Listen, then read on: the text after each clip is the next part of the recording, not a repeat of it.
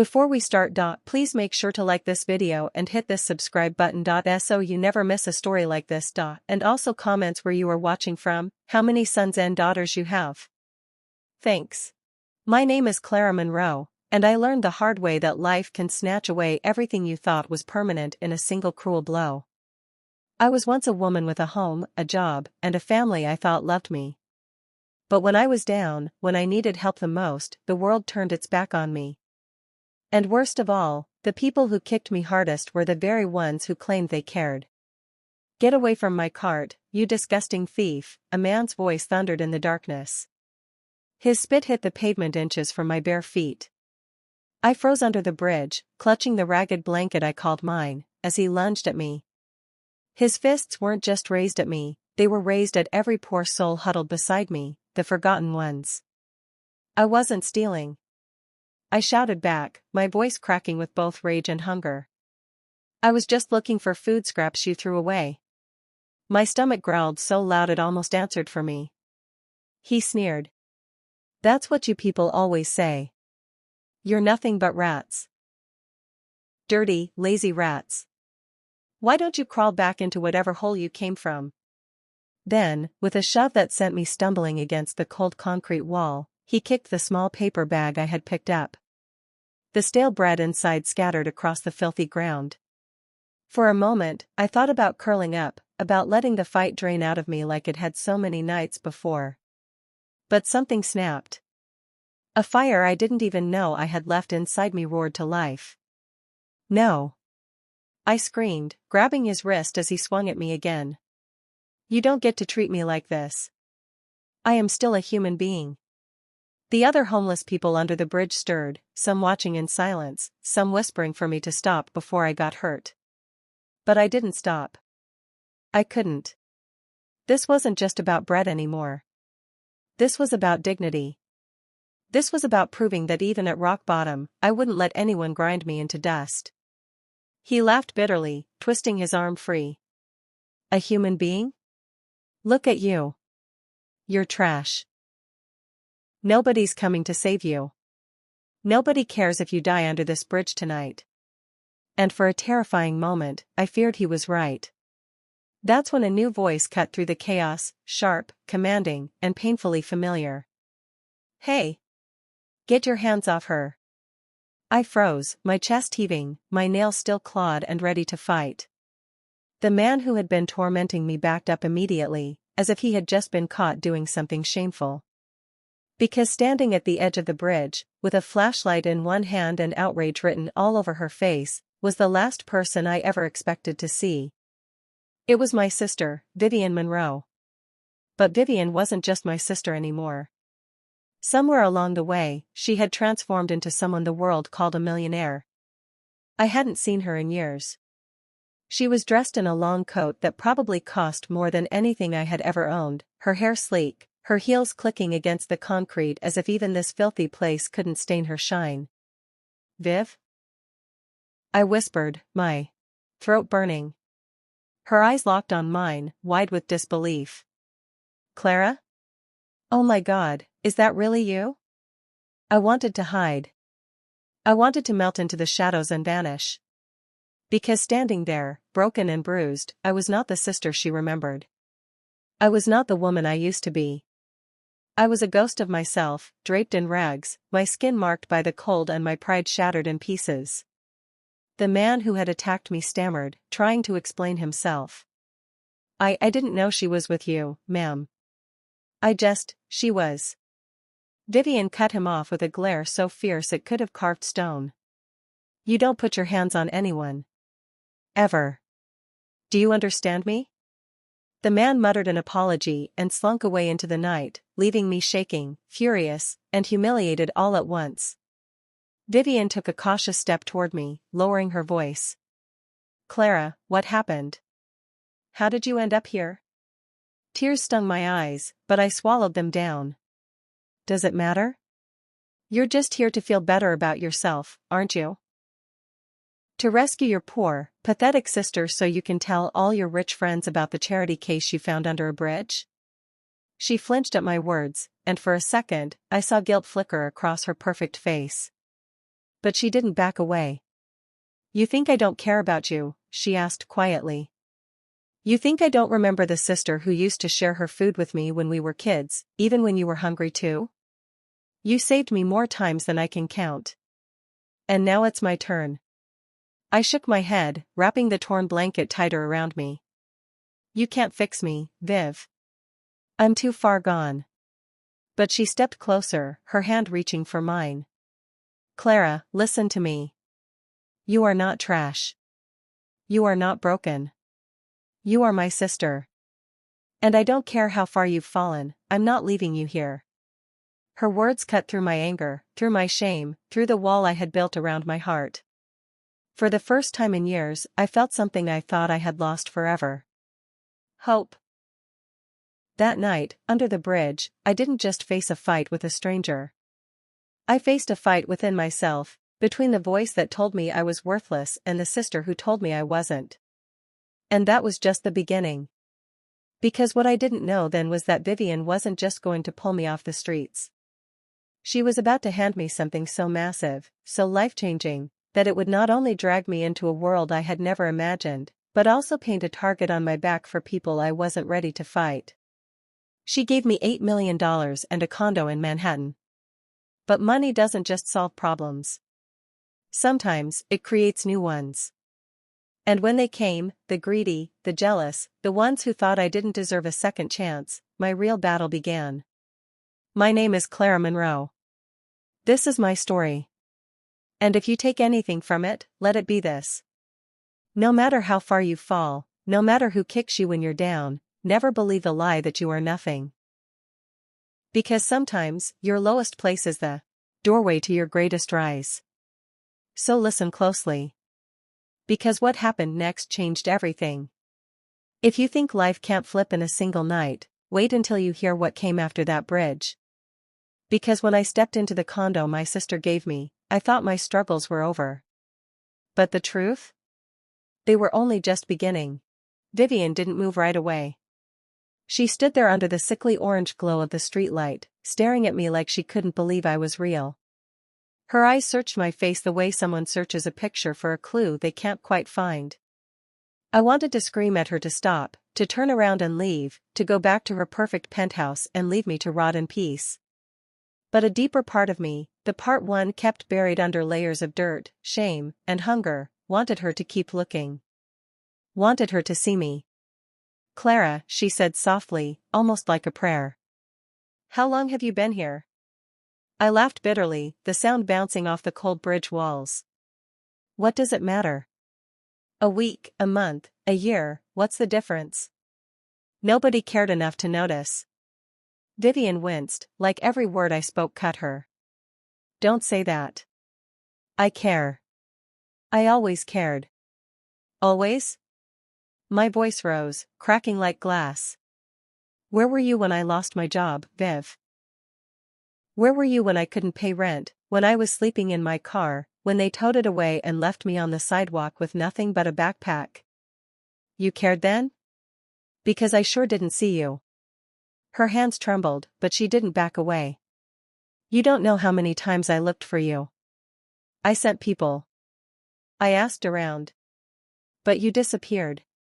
"Maybe I wanted to," I snapped. "Maybe I didn't want my millionaire sister looking down at me like some charity project." Her eyes filled with tears, but her jaw set in that stubborn way I remembered from childhood. Vivian never let go once she decided on something. She was the kind of person who wrestled the world until it bent in her favor. And now, apparently, I was her project. She reached into her coat pocket and pulled out a small envelope, worn but thick. She held it out like it was sacred. "Take this." I frowned. "What is it?" "Hope," she whispered. I hesitated, suspicion clawing at my gut. I wanted to throw it back in her face, to scream that I didn't need her pity. But my hands betrayed me, they reached out and took it. Inside were papers. Official looking, stamped with gold seals. And keys. 2 silver keys on a heavy ring that glinted even in the dim light. My heart stuttered. "What is this?" Vivian took a deep breath. It's a condo. Yours. And there's money, $8 million, in a trust. I set it up in your name. No strings attached.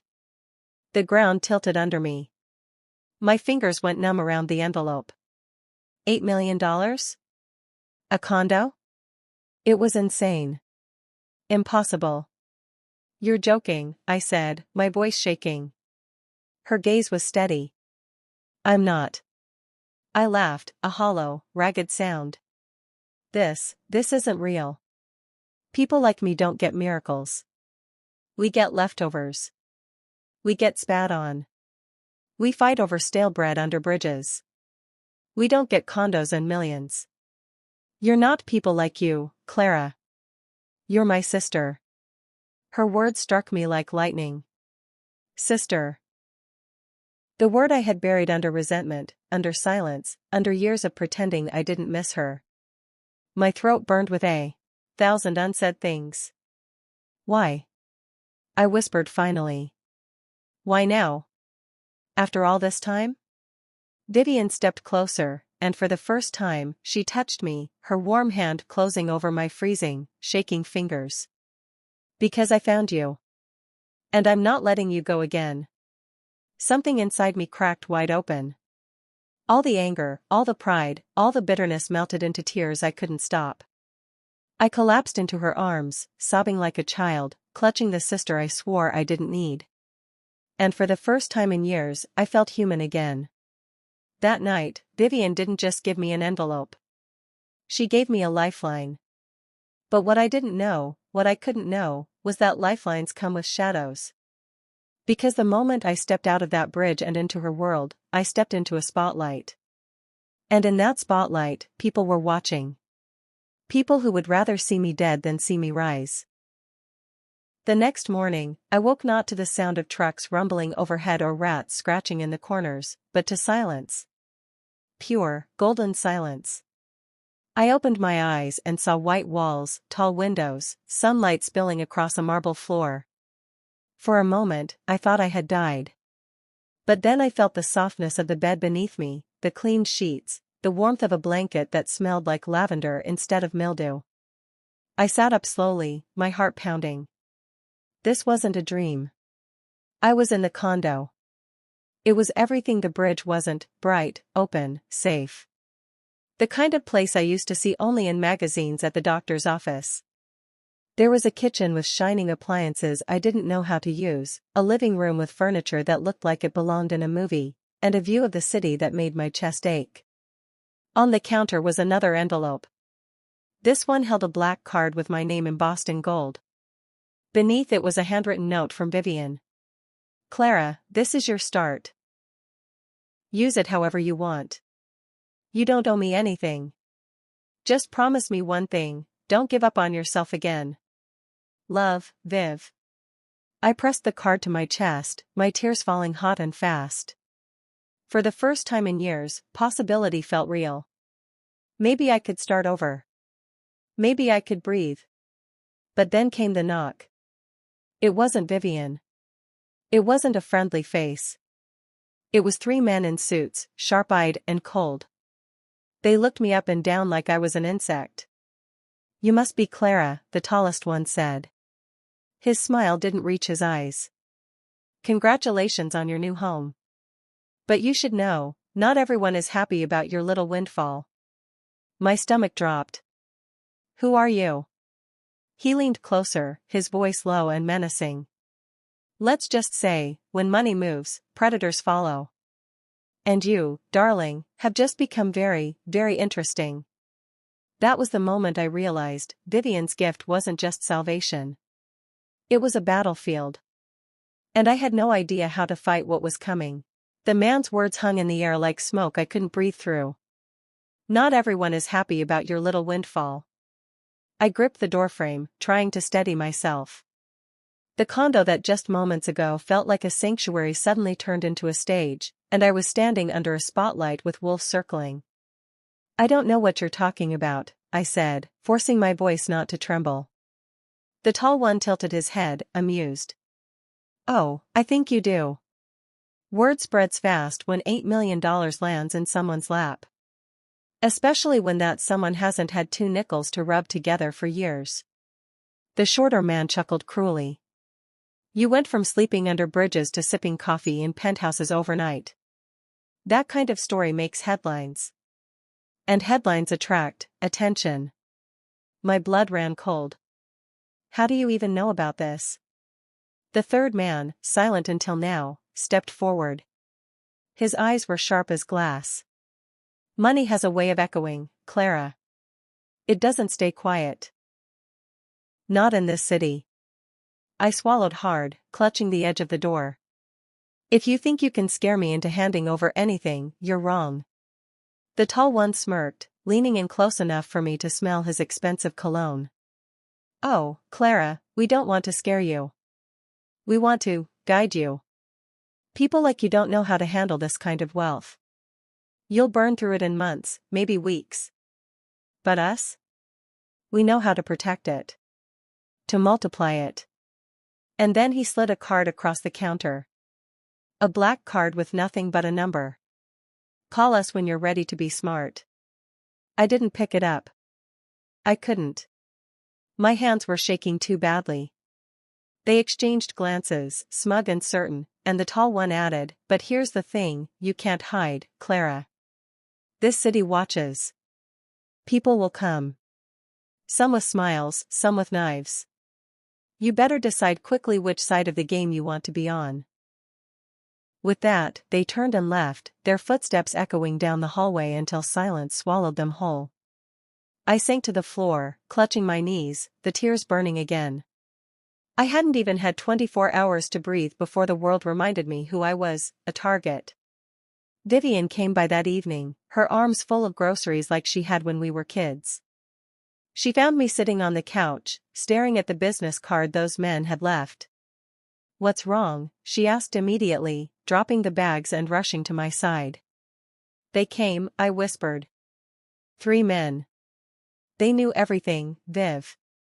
About the money. About the condo. They said people are coming for me. Her jaw tightened. Who? I shoved the card toward her. She looked at it and scoffed. Sharks. That's all they are. They prey on people who don't know better. Clara, you don't owe them anything. You don't owe anyone anything. I wanted to believe her. I wanted to take her word as truth and let the fear slip away. But the echo of those men's voices haunted me. People will come. Some with smiles, some with knives. Viv, maybe this was a mistake, I whispered. Maybe I'm not cut out for this world.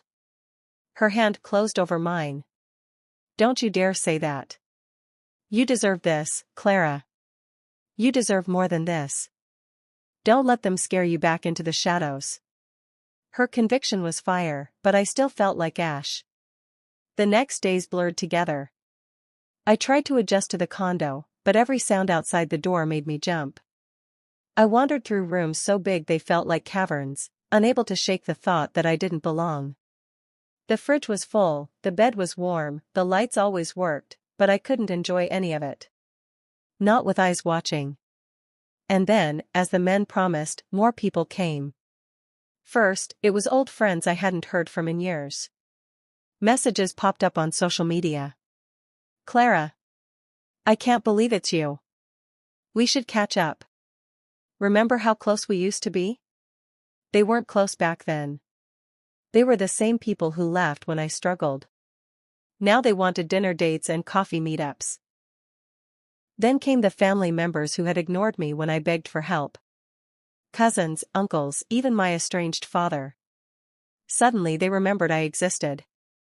Suddenly they had warm smiles, long stories, and urgent needs. One needed money for a business. Another needed help with medical bills. Every conversation ended the same way, a request. And finally, there were the strangers. Letters slipped under my door. Pleas for money. Threats disguised as gratitude. One even read, God chose you to hold that fortune, but he wants you to share it with me. Don't be selfish. The weight of it pressed harder every day. I couldn't step outside without feeling like everyone was staring, everyone was whispering, everyone wanted a piece of me. The breaking point came a week later. I walked into the condo lobby, dressed in clean clothes Vivian had bought me. For the first time, I thought maybe I could breathe, maybe I could step into this new life with some dignity. But as I reached for the elevator, a woman's voice rang out sharp and loud. Well, well, well. If it isn't the bridge rat dressed up in silk. The lobby froze. Heads turned. And there she was, Carla Jennings, a girl from high school who used to torment me every single day. She was older now, sharper, meaner, but her smirk hadn't changed. Carla, I muttered, my cheeks burning. She sauntered closer, her heels clicking like nails on glass. I almost didn't recognize you. Last I heard, you were, what was it? Sleeping on cardboard? Laughter rippled through the lobby. My chest tightened. But look at you now, she sneered. New clothes, new shoes, fancy a dress. Must be nice having a sister with deep pockets. Tell me, Clara, how much did it cost her to clean you up? Or are you just her pet project now? The humiliation scorched me. But then something Vivian had said echoed in my mind, don't let them scare you back into the shadows. I straightened, my voice trembling but strong. You know what, Carla? You are right. I was sleeping on cardboard. I was broken. I was hungry. But I'm still here. And I'd rather be someone who crawled out of a bridge than someone who never grew out of being a bully. Gasps filled the lobby. Carla's smirk faltered for the first time. You'll regret talking to me like that, she hissed, stepping close. People like you don't belong here. And I'll make sure everyone remembers it. She stormed out, but her words stuck like poison. That night, I sat on the balcony, staring at the glittering city. I should have felt powerful, free. Instead, I felt hunted. For every step I climbed, someone was waiting to drag me down. And in the silence of the night, one thought grew louder and louder in my head. Vivian gave me a gift. But what if that gift destroys me? I should have known the storm was coming. The city had been whispering around me ever since Vivian handed me that envelope. I was no longer invisible, no longer the forgotten woman under a bridge. I was a prize. And when people see a prize, they fight to claim it. It started small. A phone call. Clara? It's me. Dad. The word cut me. I hadn't spoken to him in over a decade. The man who once called me a disappointment, who turned his back when I begged for help, was suddenly speaking like time had never passed. I heard about your new place, he said, voice warm, careful. I wanted to check in. To see how you're doing. 1,000 memories flooded me, memories of slammed doors, of harsh words, of birthdays spent alone. And now he wanted to check in? I'm fine, I said flatly. He chuckled, awkward and forced. That's good. That's good. Listen, Clara, you know I've had some tough years. Medical bills, debts, you understand. I was wondering, maybe you could help me out a little. Nothing big. Just a loan. 50,000. My blood boiled. 50,000. Like it was pocket change. Like I hadn't been starving months ago. Dad, I said sharply, when I needed help, you shut the door. Now you only call because I have money. His voice hardened instantly, the mask slipping. Don't be selfish, Clara. Family takes care of family. What kind of daughter are you if you can't help your own father? I hung up before the tears could fall. That night, Vivian came over. She listened as I told her about the call, about Carla humiliating me in the lobby, about the men in suits circling like sharks. She held me close like when we were kids. You have to be careful, she warned. Money doesn't just attract greed, it exposes it. People will show you who they really are. I thought I understood.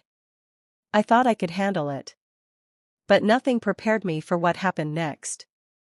3 days later, I let my cousin Naomi into the condo. She had been one of the few family members who was kind to me growing up. When others mocked me, Naomi defended me. When I was homeless, she was the only one who messaged me, even if she couldn't offer help, at least she offered words. So when she showed up at my door with tears in her eyes, I didn't hesitate. "Clara," she whispered, hugging me tight. "I can't believe it's you. I was so worried all these years. I'm so glad you're safe." It felt real. It felt like the family I always longed for. We spent hours talking, laughing even. She told me about her struggles, her failed marriage, her bills piling up. And when her voice cracked as she said, "I just wish I had one chance like you," I felt my heart ache. "Naomi," I said softly, "maybe I can help." Her eyes lit up. "Really? You'd do that?" I nodded, pulling out my new black card. "We're family." She took it carefully, almost reverently. "Just a little to get back on my feet. I promise I'll return it." I believed her. Of course I did. Because she was Naomi. Because I wanted to believe family could still mean something. But the next morning, when I checked my account, my chest collapsed. She hadn't taken a little. She hadn't taken something manageable. She had drained over $200,000. Gone. I stared at the numbers until my vision blurred. My hand shook as I dialed her number, but it went straight to voicemail. Again and again. Finally, a message came through, not a call, not an apology. Just a single line of text. "You have more than enough. Don't come looking for me." The phone slipped from my fingers. My body crumpled to the floor. Betrayal cut deeper than hunger ever had. Because hunger only ate at my stomach. This ate at my soul. When Vivian arrived and saw me, she demanded to know what happened. I handed her the phone with trembling hands. Her face darkened as she read the message. "Naomi," she muttered. "I should have known." I sobbed, clutching my chest. How could she do this to me? I trusted her. She was all I had left. Vivian pulled me into her arms, her voice fierce. "Listen to me. This isn't your fault. She didn't take from you because you were weak. She took from you because she was greedy. And I promise you, she won't get away with it." I shook my head. "No. I don't want more enemies.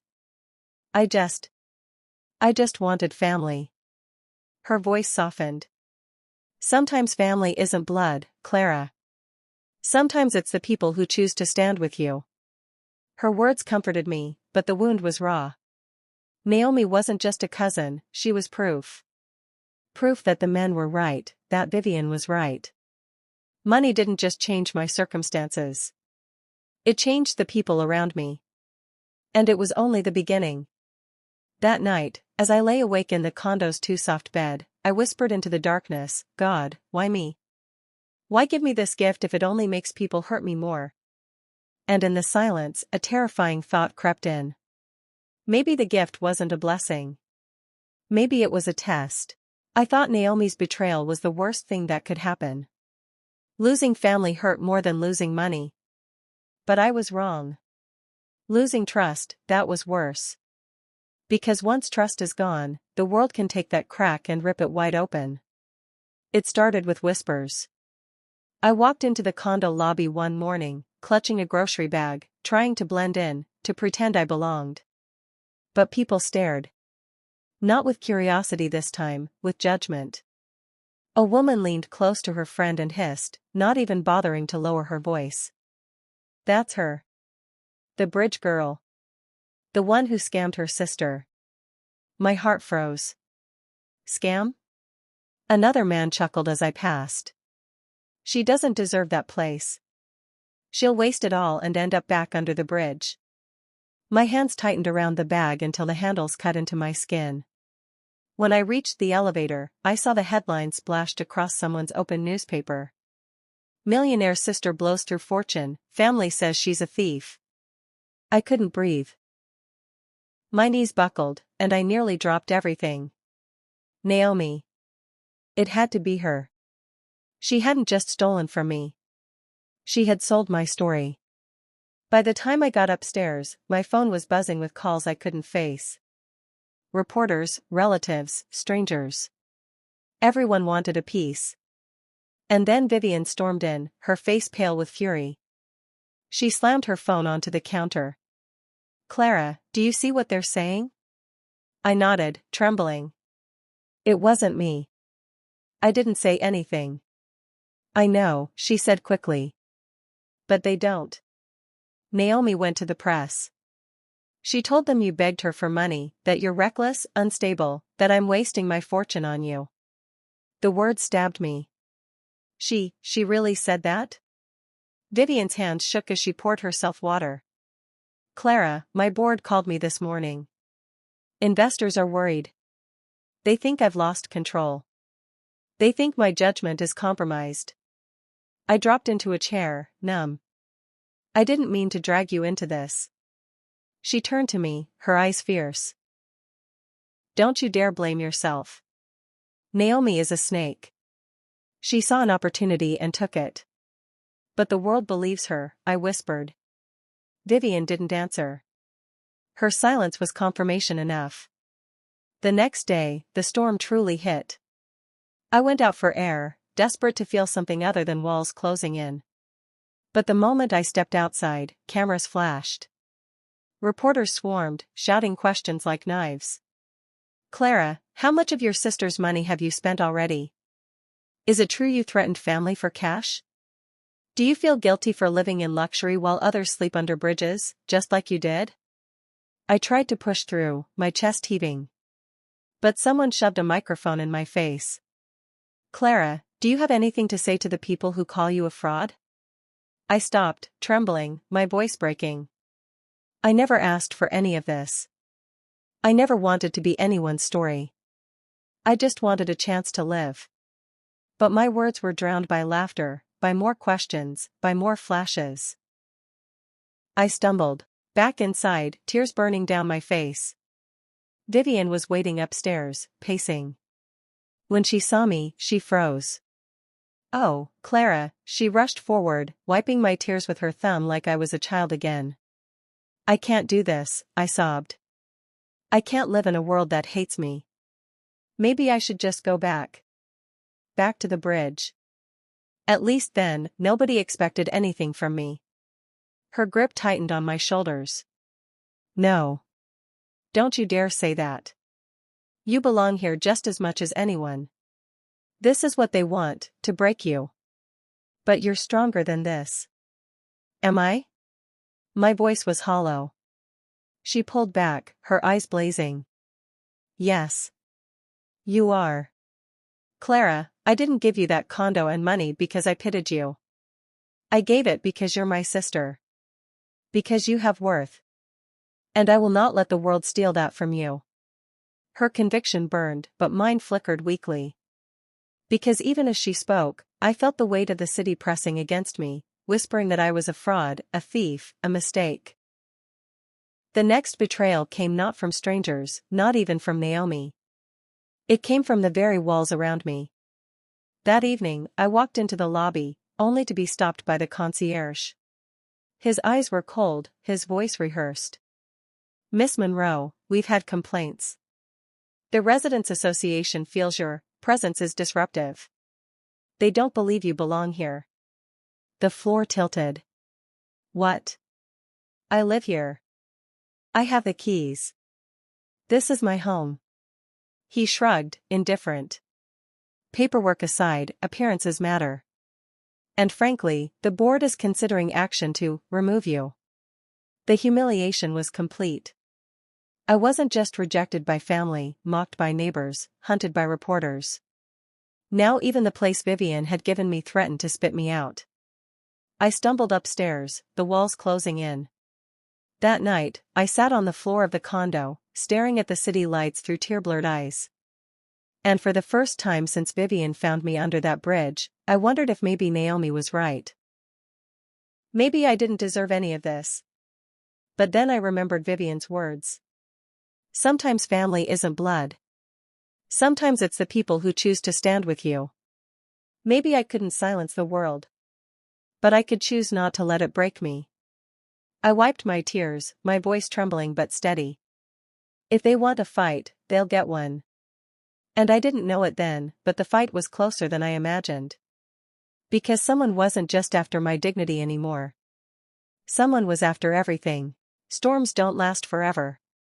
But the scars they leave behind, they never fade. By the time the 5th week of headlines rolled around, I had almost given up. Almost. And then Vivian gave me the choice that would change everything. She came to me one night, her eyes sharp, her jaw set like steel. "Clara," she said, "Naomi's gone too far. She's holding a press conference tomorrow. She's claiming I manipulated you, that this was all some publicity stunt to make me look generous while I control you like a puppet." My stomach twisted. She can't say that."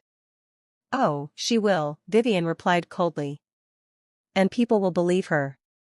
Unless you speak." I froze. "Speak?" I whispered. "Yes. The press invited you, too.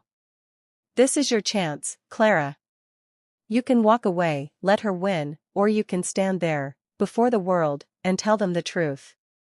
My chest tightened. "I don't know if I can." Vivian's gaze softened, but her voice stayed firm. "Clara, listen to me. You've already survived worse. A bridge didn't kill you. Hunger didn't kill you. Shame didn't kill you. Naomi cannot kill you, unless you hand her the knife." Her words burned into me. For the first time, I saw it clearly. This wasn't just about money or luxury or even my name. This was about whether I'd let my past chain me forever, or whether I'd finally fight for my future. I took a breath, shaky but deep. "Okay. I'll do it." The next morning, the hotel ballroom was packed.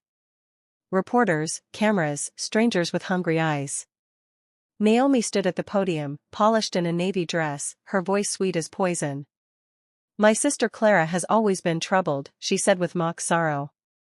"Vivian's pity may look generous, but it's destructive. Clara is unstable, reckless, unfit to handle such responsibility. This was never about family, it was a stunt. And I think the public deserves to know." Applause rippled. Cameras flashed. Naomi looked radiant, basking in the spotlight. And then they called my name. My legs trembled as I walked up, each step heavier than the last. I could hear the whispers, "She looks nervous. She doesn't belong here." Naomi was right. When I reached the podium, my hands shook so hard I had to grip the sides to keep steady. The lights blinded me. But then, in the front row, I saw her, Vivian, her chin lifted, her eyes locked on mine, silently reminding me, "You survived worse." I swallowed hard. And then I spoke. "My name is Clara Monroe. And yes, I lived under a bridge." A murmur swept the room. I let it. I had nothing to hide anymore. I slept on concrete. I begged for food. And when people walked past me, they didn't see a person. They saw a failure. Trash.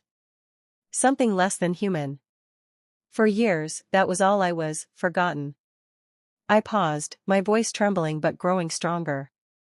But one person didn't forget me. Vivian Monroe found me when I had nothing. She gave me more than money or a condo. She gave me dignity. She gave me family. Something my own blood had stolen from me long ago. Gasps rippled. Naomi's smile faltered.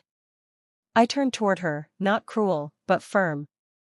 "Naomi says I'm reckless, that I don't belong. But tell me, who here would belong if they lost everything? Who here could swear they'd survive if the ground was ripped out from under them?" I did. And if that makes me undeserving, then maybe none of us are deserving. The room was silent now, every camera pointed at me. I steadied myself, heart pounding. "You can call me a fraud, a beggar, a thief of fortunes. But you'll never take away the truth, I am still standing. And I will not apologize for surviving. The last word rang through the room like thunder. Reporters erupted with questions. Cameras flashed wildly. But for the first time, I didn't shrink. I stood tall. Naomi, red-faced, tried to speak, but the momentum was gone. She muttered something about protecting family, but her voice cracked, and the crowd turned cold. They had seen her mask slip. Vivian joined me at the podium, slipping her arm through mine. "This is my sister," she said firmly. "She has nothing to prove to anyone. But today, she proved more strength than most of us will ever know." The applause that followed wasn't for Vivian. It wasn't for Naomi. It was for me. The fallout was swift. Naomi's lies crumbled under scrutiny. Reporters dug into her story, uncovering inconsistencies, greed, and even misuse of the inheritance she once guarded so tightly. She became the villain in the very narrative she tried to control. As for me, the headlines shifted. "Bridge survivor speaks out, Clara Monroe's story inspires thousands." Emails poured in.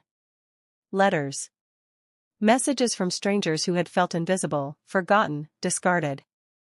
They said my words gave them hope. And for the first time, I realized something. My story wasn't a curse. It was a weapon. Not for shame, but for light. Weeks later, I stood again on that same bridge. Not with trembling knees this time, but with steady steps. In my hands, I held a stack of blankets, food, care packages. A young man sat huddled in the corner, shivering. His eyes widened as I approached. "Here," I said softly, handing him a blanket. "You're not invisible. I see you." His hand shook as he took it. "Why are you helping me?" he whispered. I smiled faintly, my throat tight. "Because someone once helped me." Behind me, Vivian stood, watching with pride. And for once, I didn't feel like I was borrowing her strength. I was carrying my own. Naomi never came back into my life. And maybe that was for the best. But sometimes, late at night, when the city quieted, I thought of her. Of the years we had lost, of the love buried beneath greed and betrayal. And though I could never forgive her fully, I could let go of the weight she left behind. Because the truth was simple, I was no longer the woman under the bridge. I was Clara Monroe. Survivor. Sister. Fighter. And for the first time in my life, I was free.